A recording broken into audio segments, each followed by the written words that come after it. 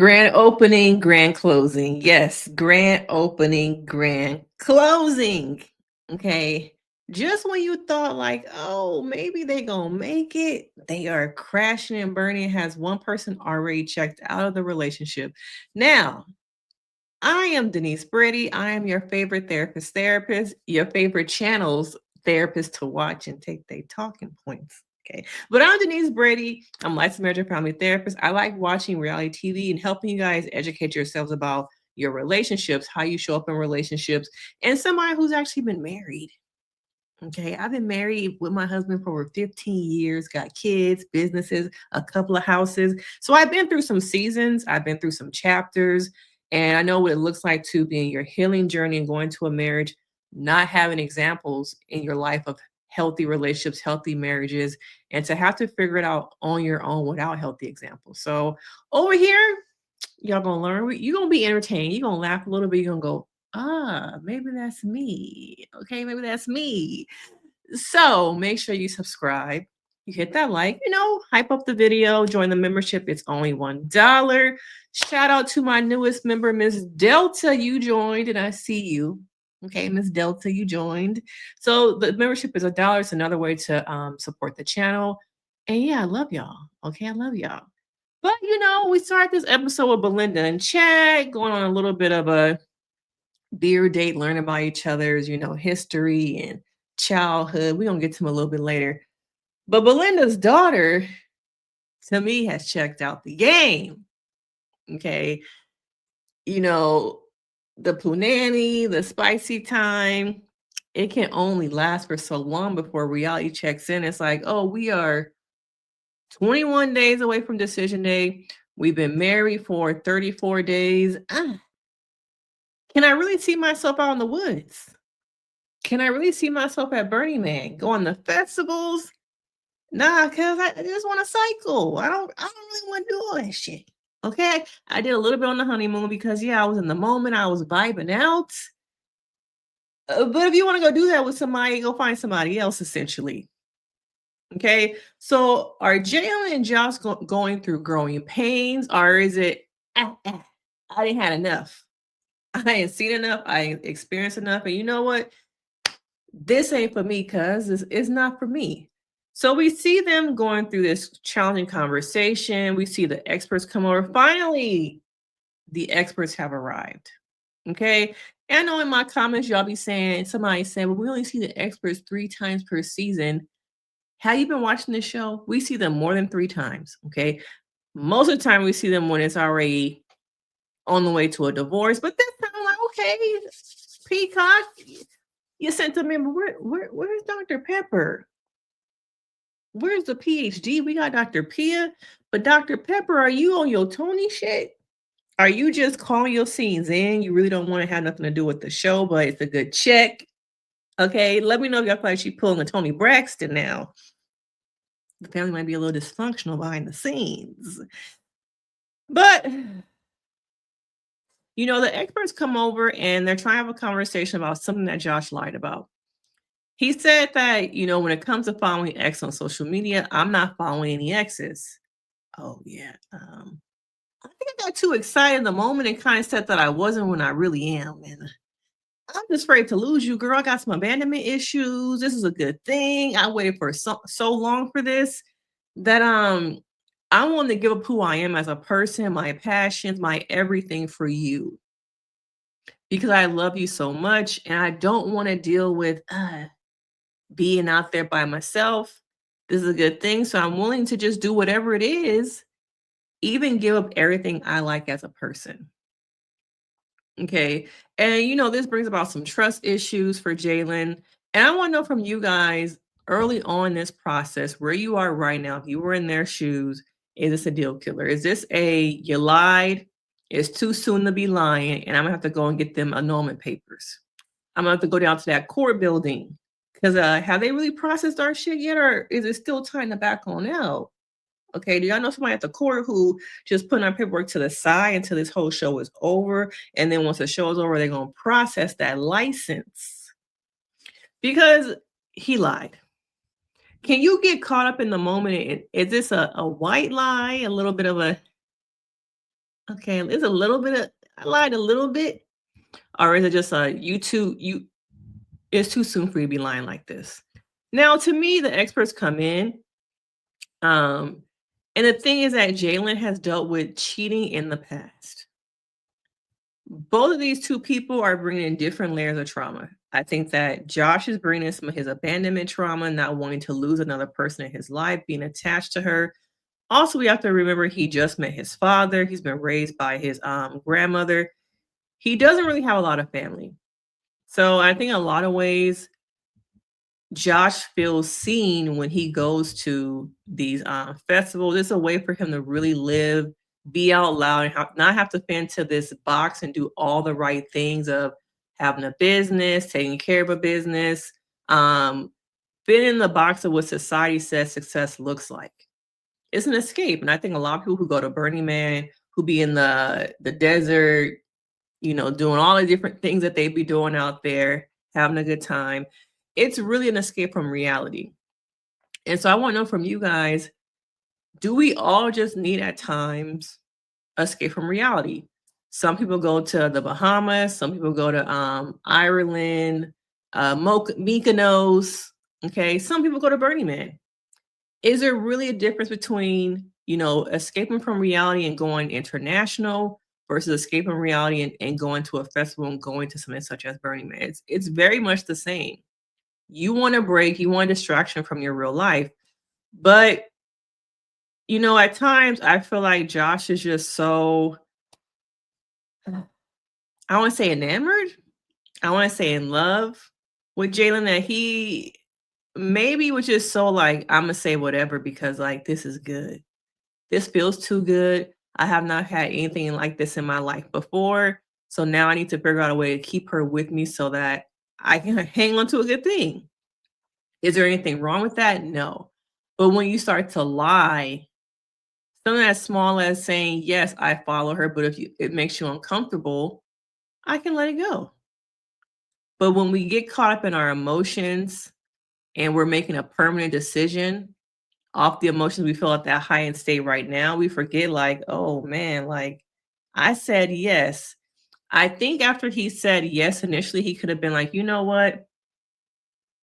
I was just caught up in the moment and I didn't mean to say yes.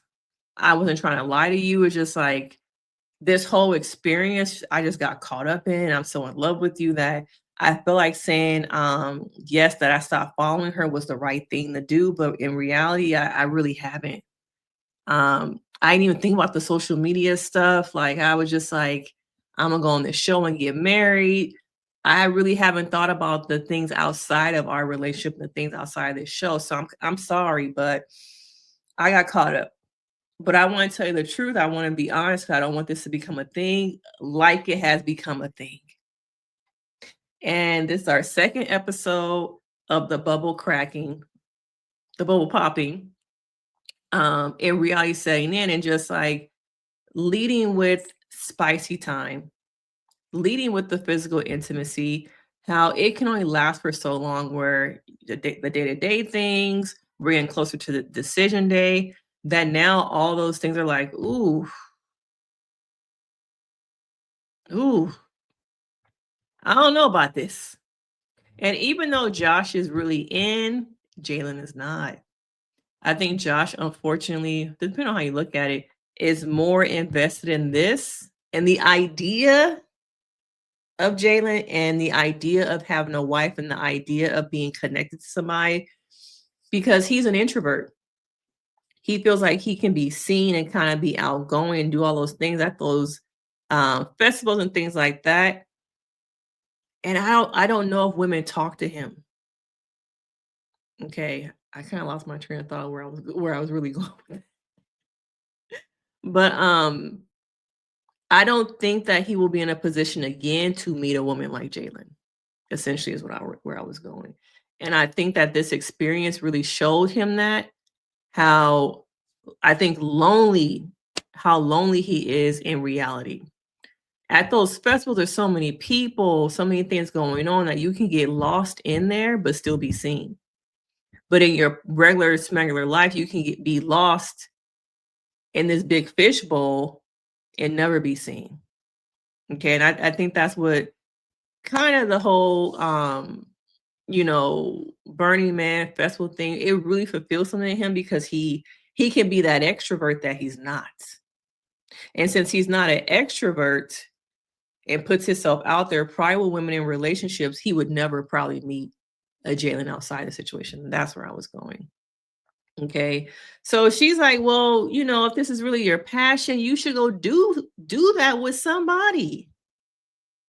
And that somebody ain't me. Okay. It's not me. And I could tell, and I think the experts could tell, even though they talk about it, even though she says she forgives him, she not over it. Okay. And what does forgiveness look like in this stage of the game? Why am I already having to forgive you for something so early on in this whole experience? And since I have been cheated on, since I am bringing in my own stuff that I have not healed from, now all I see is trauma. All I see is you can potentially hurt me like the other men have. And I can't let you get that close no more. And I'm going to check out. And so we see them have this conversation, the back and the forth. Don't talk over me. So you're talking over me. Don't roll your eyes. Josh said, don't roll your eyes at me because that's a thing about respect, rolling your eyes. He was triggered. Okay. He was triggered in that moment. But to me, your girl Jaylyn is done. Okay. Fear has set in, lifestyle differences. And in this relationship, what does compromise look like? What does compromise look like in this dynamic? Because she really don't want him to go to Burning Man. Because they asked her, the experts, if he was to go by himself, would you care? And she paused. The pause told me everything I needed to know. You don't want him to go by himself. You kind of want him to let that shit go. Okay. You don't want that in your marriage. Okay. All that festival stuff, the Burning Man, the camping, you need to leave that over there and get with the A team. Okay. That's what you was doing with them people. But if you want to do that with them people, you need to find you a wife who's gonna do that with you, and that just ain't me. It's never gonna be me. And he said, well, what if, cycling is your passion and I asked you to let go of cycling? She's like, I do cycling like an hour versus you going away for 5 to 10 days. Completely different. Okay, completely different. But he wants this to work so much that the writing is on the wall at this point. Jan ain't checking for you, bruh. She done. And in this moment, someone's like, oh man, I wish she could go talk to her mama about it. Because right now she's all up in her head. But he lied too early, too soon. And instead of the lie just being a yellow flag, it's now a red flag. And they're stuck in this loop as I think it was somebody who brought that up later about the loop. I think it was Megahnn and Derrick who brought up the loop. They're stuck in the loop now. And like I said in my last video, they don't know how to argue. They don't understand how we communicate, how we show up in arguments and disagreements. So since we don't know how to argue, we're going to be stuck in the loop. This is a good thing in some ways, to see how we miscommunicate, see how we differ on anger, frustration, irritability, and see if we can recover and repair from it early on in a relationship.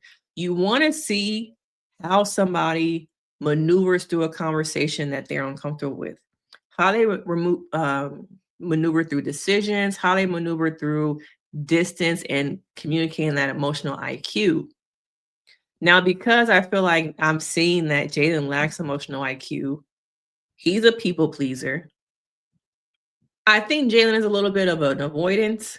I don't think she's anxious. I think she's more of an avoidant. So now you have somebody who's a people pleaser, low-key, probably passive aggressive, and you have somebody who's an avoidant.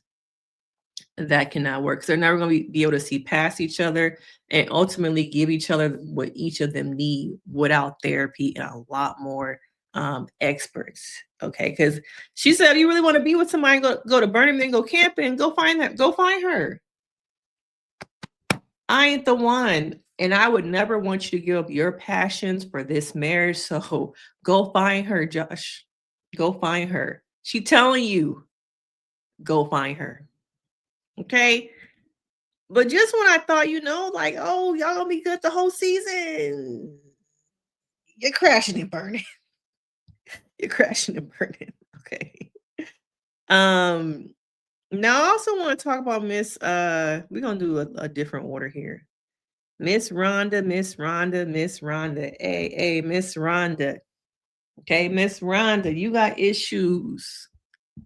Okay. You got issues. And let me say something right quick. Because I see all my comments. I seen this on Facebook too. People are so quick to label Pat as someone living on the spectrum, and they're doing the same thing with Will. If Will ain't a narcissist, if he ain't a jerk, now y'all saying he on the spectrum. Okay. Y'all are so uncomfortable with this man just existing that your comfort level comes from placing both of these men in boxes, especially Will. We're going to get to him later. Okay. But I think, someone being on the, autism spectrum disorder spectrum, that's their own journey. It's their own experience. Dr. Pia is not these individual psychologists, therapists. Pastor Cal has no credentials. So some of you guys feel like I saw in the comments today, why aren't the experts bringing up that Will's on the spectrum? Why aren't they bringing up that Pat is on the spectrum? These are not their clients, for one. And I feel like you guys have to realize I am an expert on this show, but I am not individually working with these people and know their history, their childhoods, the ins and out. And I'm not doing psychological testing from a Dr. Pia perspective. Okay, not me. But these, I want people to think about and reflect upon, am I only comfortable when I can label somebody and put them in a box instead of just letting them exist? But let me get off my soapbox. Okay. Rhonda girl, you are at times insufferable. Okay. You are insufferable. It has to be I. Okay. It has to be I. And so they're in the car, going to see, going to visit her father's gravesite. Pat trying to drive and listen. Not everybody can multitask. Okay. Maybe he don't know where he going, so he trying to look at the GPS. He trying to listen to her, and he also trying to follow all the road signs, and probably drive her car because that was probably her car. I'm trying to do all these things and still, have my ear open to hearing about you and your dad and your childhood issues. Notice how you and your partner process things differently. Instead of getting upset that they're not listening, ask. Or say, hey, is this a good time to talk about this? Do you feel like you could focus on this other thing that you're doing and listen to me? Or is it better for us to have this type of conversation later? So I think, road trips can bring out like, hey, let's talk about some things. We're just stuck in the car. But sometimes people want to focus just on driving. Okay, I want to listen to you, but I can't focus on the directions. I can't focus on okay, make sure that car don't hit us. I'm driving your new car. I don't want to get in an accident. But instead it's like, here you go again, Pat, making it about yourself. Making it about yourself. Okay. And Pat finally to me, was this before or after? Okay. Now they go to the grave site, and they got the car and they're sitting there in front of her father's grave, and she's like, is there anything you want to say?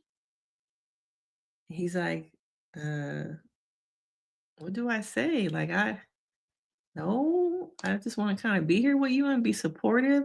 Oh, nothing to say. I would like to be left alone. You can go sit in my car until I'm done. I just don't know if this was the right timing for this type of experience of going to the grave.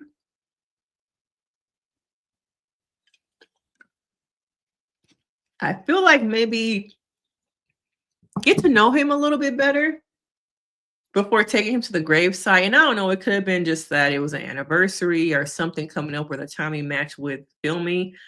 I just don't know if this was the right timing for this. Okay. And so she's like, well, you can go sit in the car. Let me be. And they get back in the car, and after driving a little bit, she picks up on the tension and that Pat is still frustrated. I applaud Pat for saying, you know what, let's pull on over. Pull this fancy ass car over. And I am upset. I feel like I'm always being tested. You're so critical of me. I'm always having to prove myself. Okay. And I think in a relationship, there's a difference between um being heard and seen versus being needing to be the focus of the relationship. And I think Rhonda, because of childhood trauma, as she discussed, and finally she's vulnerable. A lot of this episode was a lot of vulnerability. That was the theme of this episode. I can be vulnerable and let you know. The thing is, I never felt seen by my father.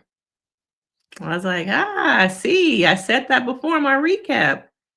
Rhonda has some issues with being chosen, she admits. I never felt chosen. I felt like my personality was too much. I had a sister, and my father always took my sister to do everything hunting. I didn't want to kill no animals. So that just wasn't my thing. But I wondered before her father passed away, because I can't remember how old she was when, sorry, me and Pat can't remember how old she was when her father died. Um, I want to know when her father died, depending on her age, if she was able to kind of make some peace, repair, or even reflect upon with him how she felt as a child. I can't remember how old she was when he passed. One of y'all probably gonna let me on the chat. Okay. But I think that she's very critical of him because she wants to be seen, she wants to be chosen and accepted. Not just chosen, but accepted. And I wonder if so many parts of her life, she's always felt tolerated. Tolerated her family, tolerated her relationships, tolerated her marriages. Is there anywhere in her life where she finally feels seen and understood? I really don't think so. So I think, watching them have dinner, it is an opportunity for her to be truthful about, I just have some things to work on. And Pat understands they're both bringing in different pieces of unhealed trauma into this dynamic. Now, she says this, but is there going to be some work that she's going to do? Is she going to do work to repair the things that she is bringing to the relationship? Is she going to start to notice how she's treating him? I don't know. And at this point, too, I'm like, where your kids at? Please, can y'all bring the kids on so we can just get a little bit more insight about Rhonda? I want to see her interact with her kids. I want to see more of that. We really haven't seen with Brittany and Will, but we have not seen, I think, too much of people's outside people come into this experience. That's another piece that's missing. Okay. We've talked about different things about the Peacock versus Lifetime version, and that we don't let me jot that down in my you see I got a bunch of tabs open today. I'll put that in the tab so we can talk about it at the end. But where your kids at? Okay, bring the kids out. But I don't really know. Okay, I don't really know. Now let's get to Brittany and Will. They meet with the experts. The thing about Brittany and Will, I just been talking, forgot to bring up. I do this every time. Okay, the thing about Brittany and Will, you have somebody who's an avoidant and you have someone who's anxious. Okay, yes, I'm labeling. Okay, I'm labeling, but I'm going to use it in a productive way. I think a lot of people are in relationships with people. And I see a lot of relationships as a therapist where one person is avoidant and one person is anxious. Brittany is anxious and he's avoidant. Okay. He is fearful of, I think, being hurt. So is she. They meet with the experts and they have not even discussed really what's going to happen once the show is over. That to me is a red flag. Okay, you have to be talking about where we're going to live, what is it going to look like. He talks about with the experts that he plans to keep his place. And she's like, "What? You don't keep your place but moving to mine? Oh, you trying to dip on out? You're not really invested. You got a plan B over there." Plan B. Somebody use a plan B in this episode. But once he kind of, explains what he means by I'm going to keep my apartment due to financial reasons, due to logistical reasons, I see you lean on the logic, but I need the emotion. I need you to explain a little bit more than just saying, like, yeah, I'm going to keep my place. Okay. Logically, I see, okay, you just signed another lease. I'm not sure if it's a month to month or yearly. And to break your lease, you're probably going to lose some money, but you can't use the lifetime money to help you break that lease, probably too. Okay. I think there's some compromise here. She's establishing her place, but can we meet in the middle? Okay. Can we meet in the middle? Brittany feels like she's walking on eggshells because she's trying to prove herself, that anxious side. Prove that I'm worthy, prove that I am lovable, prove that I'm worth you saying yes on decision day. He talks about, well, you ask me every other day if I'm gonna say yes. She's like, well, you ain't gotta bring that up on camera. But yeah, she's a very anxious person and she's in her head a lot. I think Will is somebody who takes some time to process. Could he be, on the spectrum? I'm not his therapist. I'm not his psychologist. I'm not quite sure. Are there things there that can maybe be like, huh, maybe it is that? Possibly. Okay. But especially in the Black community, ASD is very stigmatized, especially for Black men. So I think it's something that is his own journey that he has to come to on his own. Um, I love when he saw her get emotional, he pulled her in. I'm like, finally, you are acting on emotion and not just logic. She was being vulnerable, so you pulled her in.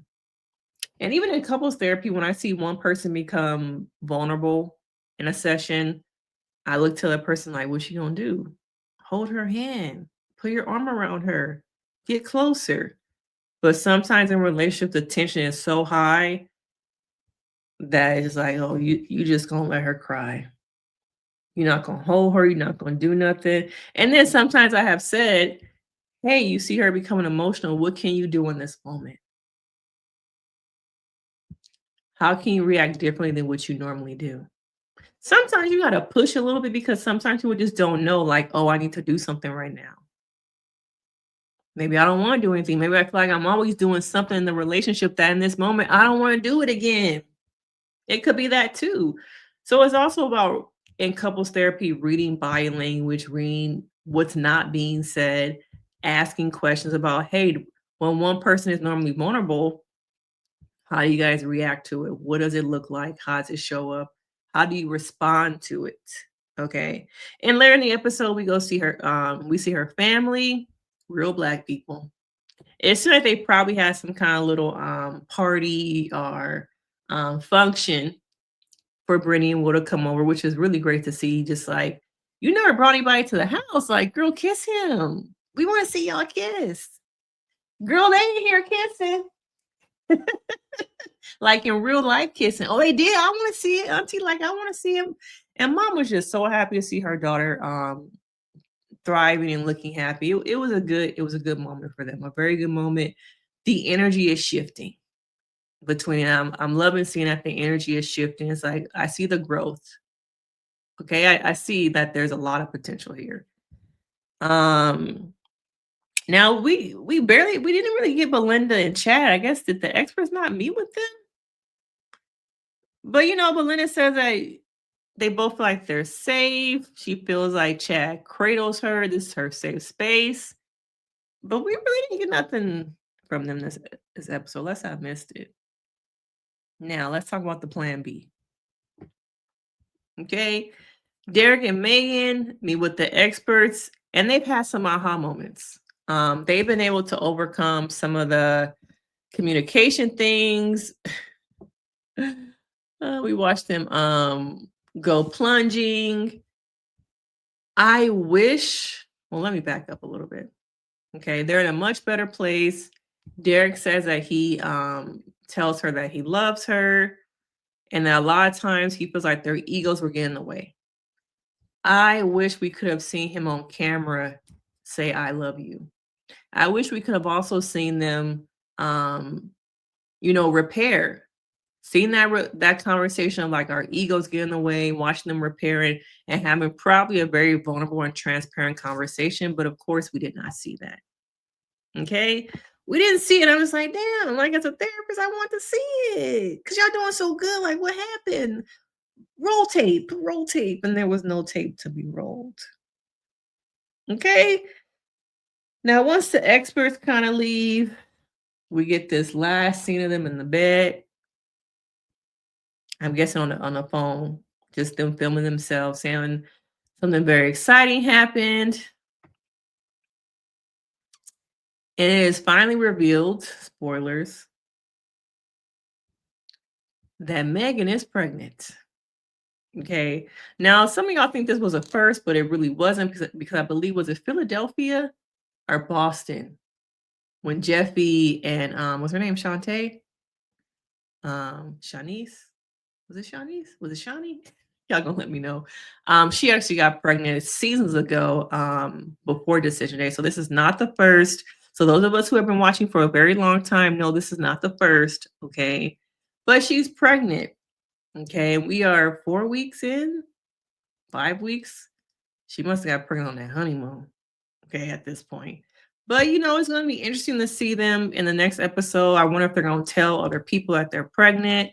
She took 2 tests, so it's like, yeah, I'm for sure, you're right. Pregnant now.